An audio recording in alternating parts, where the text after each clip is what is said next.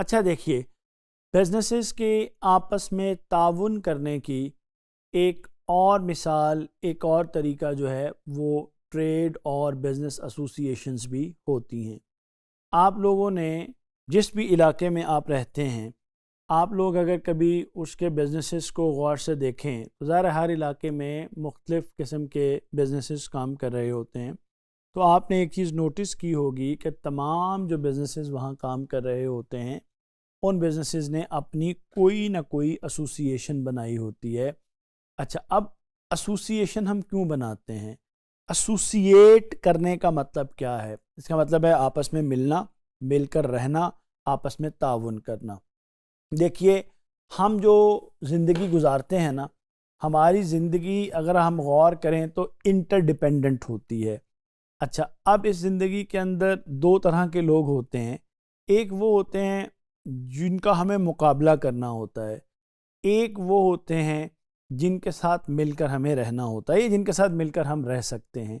تو جن کے ساتھ مل کر ہم رہ سکتے ہیں ان کے ساتھ ہم ایک ایسوسیشن بنا لیتے ہیں۔ اچھا، اب یہ جو ایسوسیشنز ہیں اور جو بزنس ایسوسیشنز ہیں، ٹریڈ ایسوسیشنز ہیں، ہم اس کی بہت ساری مثالیں اپنی ڈسکشنز میں لے کر آئیں گے۔ آپ یہ سمجھیے کہ ایک طرح سے انسان یا انڈیویجول بزنس یونٹ اتنا کمزور ہوتا ہے کہ وہ بہت بڑی بڑی طاقتوں کا مقابلہ اکیلے نہیں کر سکتا، اس لیے وہ آپس میں مل کر ایسوسیشنز بناتے ہیں تاکہ اپنے بزنس کو دوسروں سے بچایا بھی جا سکے اور اس کو آگے بڑھایا بھی جا سکے۔ تو آئیے ہم دیکھتے ہیں یہ ٹریڈ ایسوسیشنز، بزنس ایسوسیشنز ہوتی کیا ہیں۔ کہا یہ جاتا ہے کہ جو ٹریڈ اور بزنس ایسوسیشنز ہوتی ہیں، یہ بزنسز اور پروفیشنلز کے آرگنائزڈ گروپس ہوتے ہیں، جن کو گروپس آف کامن انٹرسٹ بھی کہا جاتا ہے۔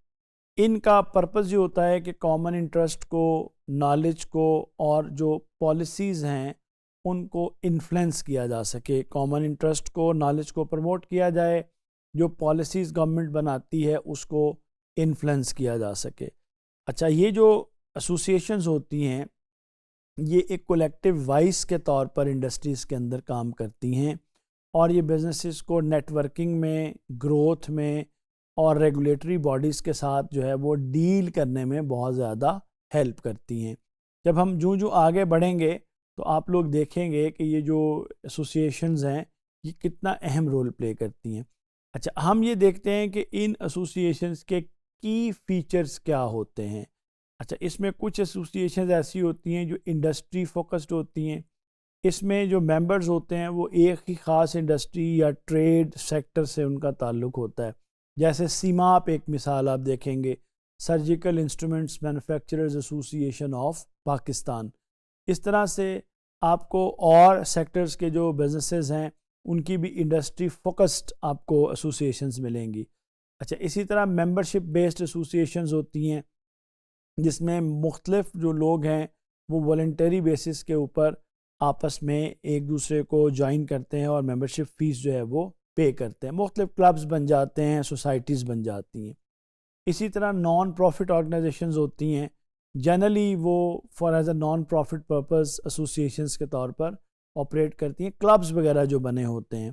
اسی طرح پالیسی ایڈوکیٹس ہوتے ہیں، یہ کسی انڈسٹری کو جو ہے وہ گورنمنٹ کے سامنے ریپرزینٹ کرتے ہیں، جس طرح انڈسٹریل کونسلز بنی ہوتی ہیں۔ اسی طرح نالج شیئرنگ کے لیے مثلاً جو پروفیشنل ایسوسیشنز ہوتی ہیں ہمارے یہاں پر، اگر آپ غور کریں تو انجینئرنگ کونسل ہے، اسی طرح Pakistan medical and dental association ہے، اسی طرح association of chartered accountants of Pakistan ہے، اسی طرح جو ہے وہ ایسوسیشن آف چارٹرڈ جو مینجمنٹ اپ کے جو کاسٹ اینڈ مینجمنٹ اکاؤنٹنٹس ہیں ان کی ایسوسیشن ہے۔ تو مختلف طرح کی ایسی ایسوسیشنز بھی بنی ہوتی ہیں جن کا کام ٹریننگ، سیمینارز اور ریسرچ وغیرہ کو پروموٹ کرنا ہوتا ہے۔ اچھا، اب ہم تھوڑا سا آگے بڑھیں تو ہمیں یہ دیکھنا چاہیے کہ یہ جو ایسوسیشنز ہوتی ہیں ان کی ٹائپس کون کون سی ہوتی ہیں۔ تو اس میں ایک ہمارے پاس ٹریڈ ایسوسیشنز ہوتی ہیں، جس طرح اسپیسیفک انڈسٹری ایسوسیشن، جس طرح آپ کی پاکستان جو ٹیکسٹائل ایکسپورٹرز کی ایسوسیشن ہے، ٹیکسٹائل مینوفیکچررز کی ایسوسیشن ہے۔ اسی طرح آپ کی چیمبرز آف کامرس ہوتے ہیں جو ایک خاص جیوگرافی، ایک خاص ریجن کے اندر جو بزنس کام کر رہے ہیں، جیسے Lahore chamber of commerce and industry ہے، Karachi chamber of commerce and industry ہے، Sarhad chamber of commerce and industry ہے خیبر پختونخوا میں، Balochistan chamber of commerce and industry ہے. اچھا، اسی طرح سے پروفیشنل ایسوسی ایشن، جس طرح میں نے آئی کیپ کی ایسوسی ایشن کی مثال آپ کو دی، اسی طرح امپلائرز کی ایسوسی ایشنز ہوتی ہیں جیسے امپلائر فیڈریشن آف پاکستان ہے. تو یہ جو ساری ایسوسی ایشنز ہوتی ہیں یہ بہت اہم رول ادا کر رہی ہوتی ہیں. تو آئیے اب یہ دیکھتے ہیں کہ ان ایسوسی ایشنز کے بنیادی طور پہ آبجیکٹیوز کیا ہوتے ہیں. اچھا، سب سے پہلا جو ان کا آبجیکٹیو ہوتا ہے وہ policy advocacy and lobbying with governments ہے. ان کا کام یہ ہوتا ہے کہ یہ گورنمنٹ کو، چونکہ گورنمنٹس پالیسی میکنگ کرتی ہیں، ان ایسوسی ایشن کا کام یہ ہوتا ہے کہ گورنمنٹ کو ایڈوائز کریں کہ ان کو سیکٹرز کو پروموٹ کرنے کے لیے کیا پالیسیز بنانی چاہیے، اور اس کے ساتھ ساتھ یہ لابنگ بھی کرتی ہیں تاکہ گورنمنٹ کو انفلوئنس کیا جا سکے اور پالیسیز ایسی بنوائی جائیں جو ان کو فیور کرتی ہوں. اسی طرح سے یہ ایسوسی ایشنز جو ہیں یہ سٹینڈرڈ سیٹ کرتی ہیں اور ریگولیشنز بھی کرتی ہیں. جس طرح پروفیشنل ایسوسی ایشنز ہیں نا، خاص طور پر آپ کی انجینئرنگ کونسل ہے، ہماری PMDC ہے، Pakistan medical and dental council ہے، اسی طرح سے آئی کیپ ہے، ICMA ہے. یہ پروفیشنل ایسوسی ایشنز کا کام یہ ہوتا ہے کہ وہ پروفیشنل سٹینڈرڈ سیٹ کرتی ہیں. اسی طرح سے ٹریننگ اور کیپیسٹی بلڈنگ، اگر آپ چیمبرز میں جائیں نا، لاہور چیمبر جائیں، کراچی چیمبر جائیں، سرحد چیمبر جائیں، سیالکوٹ چیمبر جائیں، گجرات چیمبر جائیں، فیصل آباد چیمبر جائیں، آزاد جموں اینڈ کشمیر چیمبر جائیں، تو آپ وہاں پر نوٹ کریں گے کہ کوئی نہ کوئی انڈسٹریلسٹ کے لیے ٹریننگز اور کیپیسٹی بلڈنگ ایکٹیویٹیز چل رہی ہیں. پھر ان کا کام یہ ہوتا ہے کہ ایکسپورٹس کو پروموٹ کیا جائے.